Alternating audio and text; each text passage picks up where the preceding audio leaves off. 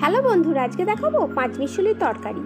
কড়াইয়ে সর্ষের তেল গরম করতে হবে, 5 ফোড়ন আর শুকনো লঙ্কা দিতে হবে, ডুমো ডুমো করে কাটা পেঁয়াজ, আলু, সামান্য পরিমাণ মতো নুন দিয়ে ভালো করে ভেজে নিতে হবে।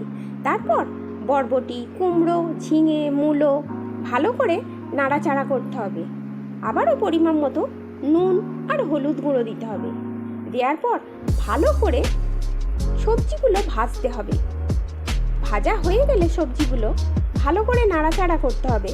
তারপর দিতে হবে পরিমাণ মতো সেদ্ধ হওয়ার জন্য জল আর পরিমাণ মতো লঙ্কা গুঁড়ো।